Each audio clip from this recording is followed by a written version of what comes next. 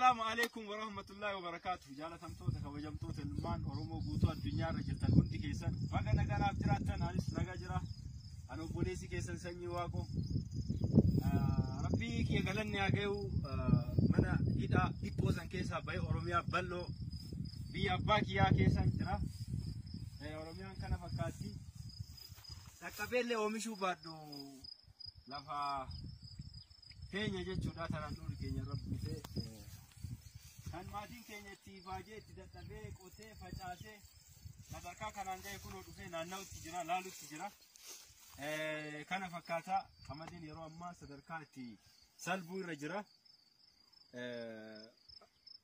waan nama ajaa'ibsiisu biyyiti keenya baay'ee namatti tola biyya waan itti facaasan firen takkatti lafatti namni deebi'ee ol biqiluudha ofuma keenya akkuma taanee haala gara garaatiin biyyarraa baanee biyya namaa keessatti rakkoo baay'ee mudanne malee Oromiyaan akka itti nu jiraachiftu hin dhabne Oromiyaan badhaatuudha waan hundayyuu qabdi rabbiin galanni haa ga'u irraas deemi mee laachisi aboo qamadii kana mee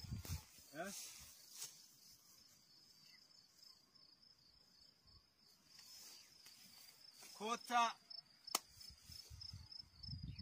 fuulaa gara misoomaa deeffadhaa namoonni magaalaa keessatti bakka hin taanetti yeroo keessan gubdanis bahati meedachi kana fakkaatu keessa deddeemaa sammuu keessan bohaarsaa kun dhugaa rabbii nama bohaarsaa waan mallaqatti baasanis laa hin argamneedha asumatti namni keenya bayee osoo warruu isaa daangaa dhaabatee waan isiin fakkaatu ilaalin barri irra dabra namoota akkasiitiifis dhaamsi an dhaamu magaalama keessatti ukkaamamtanii araada gara garaatiin waan gara garaatiin yeroo keessan hin gubina bahati warruu keessan keessaa huura takkatti yoo fuutan huura hamma kanaa jechuudha yoo fuutan kanatu isin fayyada asumaanu interneetni keenya akkuma beekamu laafaadha viidiyoo dheeraa tarii maxxansuu danda'u asumaan turtii gaarii isiniif haa ta'u jaalatamtoota keenya yeroo gaarii qabaadha Burruusa miti taphaatu jabe fataa tapha hatu jabe fatagahi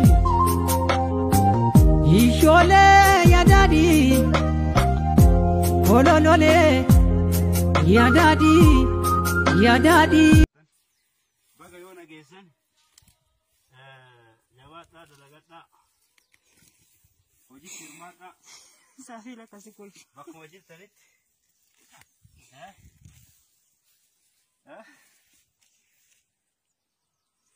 eenyutu dubbadha siin jedhe sifa wareegamtu lubbuun kiyyaa hidhameen nafu dhuma bahaa jawaarkiyyaa alaba Oromia fakatu wajibiya jirtu jirra baga jiraatan oyru abdi Oromia keessa jirra abdi Oromia Mr. Joe Gota misoma ta'u kiyya namame kan nabeek hangam keessattu nabeek aboo Abdi Oromia kam nagaa abi garan aboo gara bidana kana ka Asham harka fuuni abdi Oromia goota misooma itti deemaa irraan jarjarinka ooyiruun tun ooyiruu teeti qamadii ajaa'ibaati kun yoo laalu mataan ka akkas ta'ee dhaabate maaltu wanna akkanaatiif si kakaasee akka oomishaan jabaattee harka namaa eeggatummaa irraa baatee of dandeettee ofirra dabartee akka nama dandeettu sadarkaa kanaan si ga'e maaltu si kakaase? Wanti naga kaase mu wanti naga kaase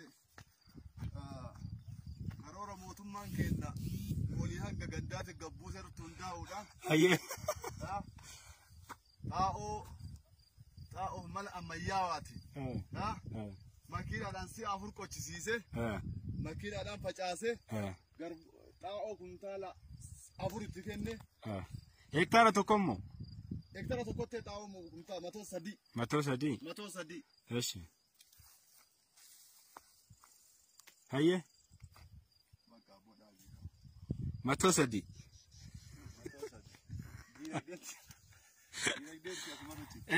Amma ati tilmaamni kan keessa ilaalamne yeroo hojjetu waa tilmaama. Baasii itti baafteerta baasiin itti baafte kun tilmaamni isaa meeqa ta'a? Lafa hektaara takkaa tanatti. Wajjab itti baase. wajja bittibaase karoora kenna kamotummaan kenna jedhu hektara tokko kumtaala 80 dha. Anammoo hektara tokko irraa kumtaala 180 eegaa jira. Ayyee milkaa'isiin jenna waa yaadde argadhisiin jenna waa yaadde. Namoota karaa itti baafatanii qamadii qixxeessi jalaa deeman kanaanoo maal jettu? Ilaahi ilaali kaa fayyisaa addunyaa miila jaraa fi kottee jaraa haa ijjiru jenna. Nama na baariin kaati.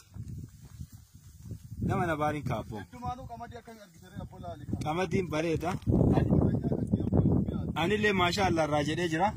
Rabbi si haa nyaachisu siin haa ga'u. Akkana hin jenne gaafii. Viidiyoo dheeraa kana tamma intarneeta kamiin ol darbuuf. Mana waayifaa jala taa'eet. Ayyee. Akkasitti ol darbasuutuma jedhee. Hin jenne. Maal jennee xumuu gabaabsinuu viidiyoo kana yaada dhumaa maal qabdamee uummata Oromooti maal dhaamta? Uummata Oromooti. Uummanni Oromoo hundinuu haa dhufanii midhaan akka gaarii nu jira. Warra gammoojjii Arabaa jiru Awwal Ibrahim fa'aa maal dhaamta? Abbo dabii haa jechuu dhiisiti gali. Wanni kun akkana laal Oromiyaanuu badhaatee akkana qonna ajaa'ibaa kana qotatu jirra midhaan gahaa argatu jirra. Galiiti. Faanchoma Arabaatii fi wanta darbiteetiin hin fiigini. Soon baargufaan fiigini kobri jawwiyyaa jedhu. Kootu gali. Jaalatamtootaa fi kabajamtoota hordoftoota Feesbuukii sanyii Waaqoo Abdii Oromiyaa. Qophiin teenya tanarraa tun asirratti goolabamtii amma qophii biraatiin walitti deebinu turtii gaarii isiniif hawwina. Qamadiin ammaan tana salphaa irra jira. Namoonni biyya alaa jirtan waan akkana laaluudhaaf hawwii qabdan akkasuma dheebottan laalaa daawwadhaa ittiin bu'aara Oromiyaan kana fakkaatti. Biyya namaa keessatti rakkatinaa hin iraarinaa koottaa dalagannee jijjiiramnaa. Jiruun biyya ofiitiin tolti. Akkasuma turtii gaarii isiniif hawwaa naga keessanaaf jiraadhaa. Kan isiniin jedhu ana sanyii Waaqoo yookaan Mustafaa Idris Oromiyaa balloorraa.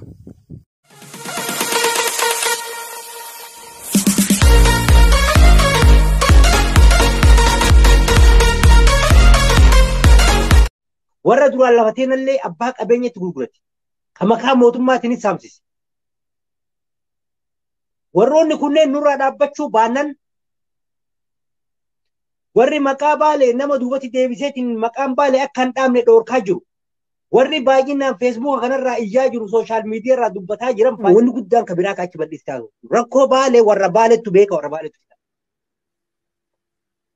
Warri Baalee rakkoo isaa keessa seenee bakka rakkoon isaa jirtu bakka miidhama qabu bakka maalii qabu yoo dura qophaa'ee eegee maqaa.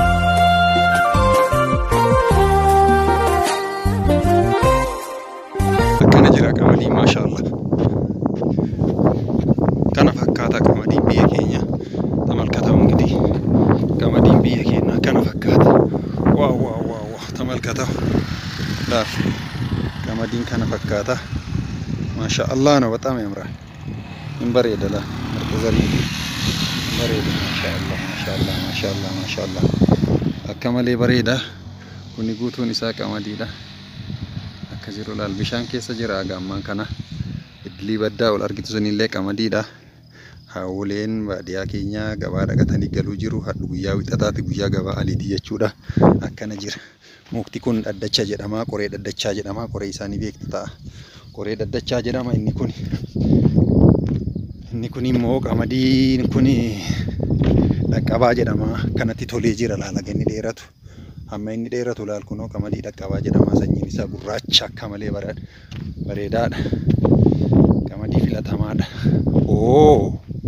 Kun salbuu qofatu hafe akka malee daggalee jira. Keechaa mul'atu keecha raabadhe. Waaw ala faraj. Kana jira mukti isaa akkana mukti hindeessa jira. Maal jedhee sitti muka qamadii makanattuu natti tole qabada. Waaw qamadii isaa. Waaw.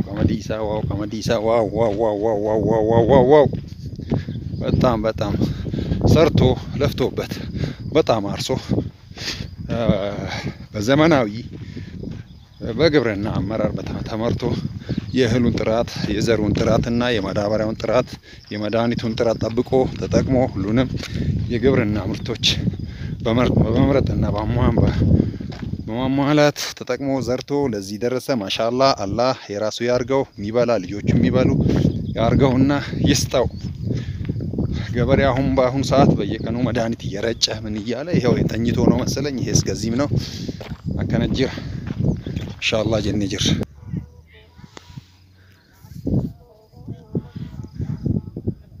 ማሻአላህ ባሌ ጎዲና ባሌ አና ጋፍራ ዮኪን አና ጋርፋ ከጀደሙ ከራ አሊቲን ከራ ቃሶ ዋራ ዮኪን ከራ ቃሶ ማንሶ በሂንሳ ጀደማ ማሻአላህ ሚዳን አዝመራ ዋንብሪ ቀመዲ ማሻአላህ ሹፍ እዚህ ጋር ከኩኒ ገርቡን ቢራ ዮኪን ምርጥ ዘር የሚባለው እህል ነው። ገብሰና ከአጃኢባቲ ከረስቲ ቀመዲ ዳ ከጎንደሬ ከብዬ ዶክሴ ላልበቆሎም ከገሁ ገሄ ማሻአላህ ካን እና ይሄ ወደ አሊ አካባቢ ነው። በጣም የሚያስደስት የእህል ዘር ነው። ዝናቡም ሁሉ አዝመራው ምኑም ደስ ይላል። ማሻአላህ ብለናል። ይሄ መንገዳችን ደግሞ ይሄ ጠጠር መንገድ እስካሁን አልተስተካከለም። ከአሊ ወደ ቃሶ ዋራና ወደ ቃሶ ማንሶ የሚወስድ መንገድ ነው። ባለጋሪዎች እንዲተቸግረው ሰው በገጭ እየተቸገረ ነው። የዘንድሮ ክረምት በመብዛቱ ስለበዛ አንዳንድ ማሳ ላይ ተኝቶ ማሳውን ጠራርጎ ይዞት ሄዷል። እንዲህ ነው ማሻአላህ።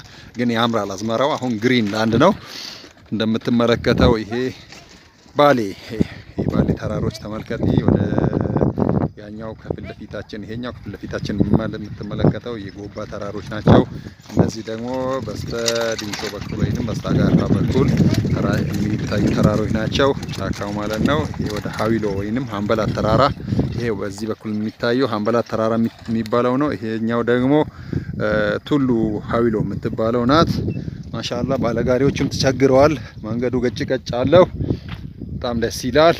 ወደ አሊ ከተማ ተቃርበናል። አሊን ከተማ ፊት ለፊታችን ላይ ታገኛታለህ። እቻት መስጂድ ባለ ሁለት ሚናራ ወይንም ሁለት ሚናራ ያለው መስጂድ ነው። ማሻአላህ ትልቅ መስጂድ ነው።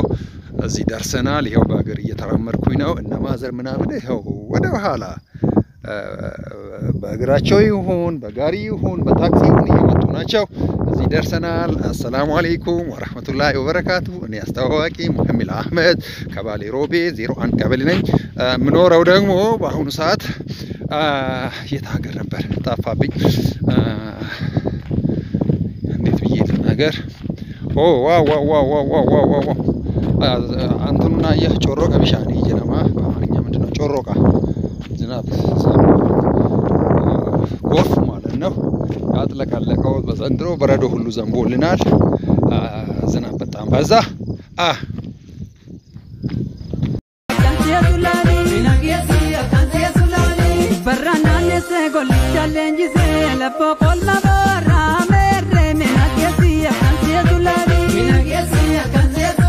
kun industry qabsoo oromoo library oromoo yoojin waamalee miti artist noo gobana umrii isaatti ijoollummaa irraa kaasee qabsoo oromoo keessatti nama qooda guddaa taphachaa turee fi jiruu biyyoota adda addaa keessa erga imalees qabsoo oromootiif xinnicha qabsoo oromoo keessatti hirmaachisa artii oromootiin nama qeeqaa fi haloo adda addaa dubbachaa turedha.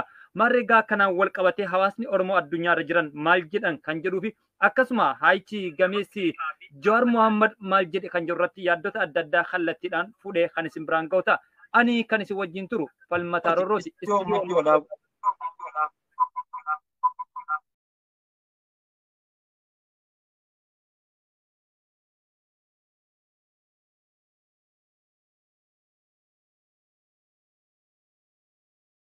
Jawaar Mohammad maal jedha waa'ee kanaa irratti akkasuma immoo yaanni ilmaan oromoo idil addunyaa maal fakkaata kan jedhuun kallattiidhaan yaaddota adda addaa kan isin biraan ga'uta.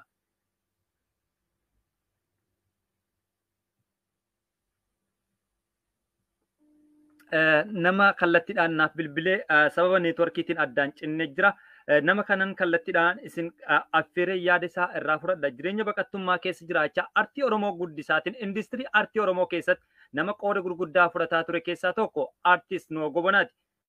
Hello. Hello, Indaga. Salaamu alaikum. Wa alaikum salaam wa rahmatullahi wa barakatuh. Eessarraa bilbiltan mee har'antan akkuma beekamu artistii Noho Gobanaa addu'aan addunyaa kanarraa godaanee jira. Qaabsaan